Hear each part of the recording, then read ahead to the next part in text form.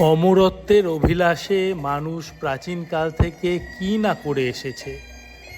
মুদ্রায় নিজের মুখ বসিয়েছে, নিজের গুণগান গাইয়ে বই লিখিয়েছে, উঁচু বেদিতে নিজের মূর্তি বসিয়েছে।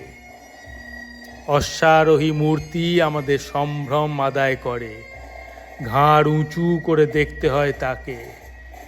আর মূর্তিমান তিনি তুচ্ছ দর্শকের দিকে তাকিয়েও দেখেন না।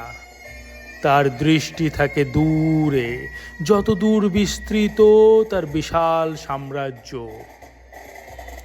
লর্ড ক্যানিং ছিলেন অবিভক্ত ভারতের গভর্নর জেনারেল 1856 থেকে 1862 পর্যন্ত।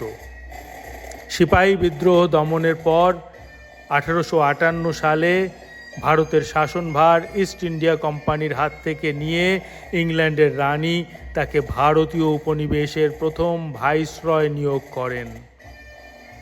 লর্ড ক্যানিংয়ের অশ্বারূঢ় ব্রোঞ্জ মূর্তি গড়তে আরম্ভ করেন ভাস্কর হেনরি কোলি।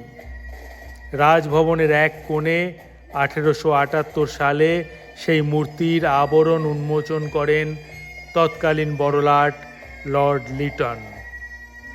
1969-এ কলকাতা থেকে বিদেশি শাসকদের মূর্তি অপসারণের সময় এই মূর্তিটির স্থান হয় গঙ্গা তীর সংলগ্ন ব্যারাকপুর লাটবাগানে।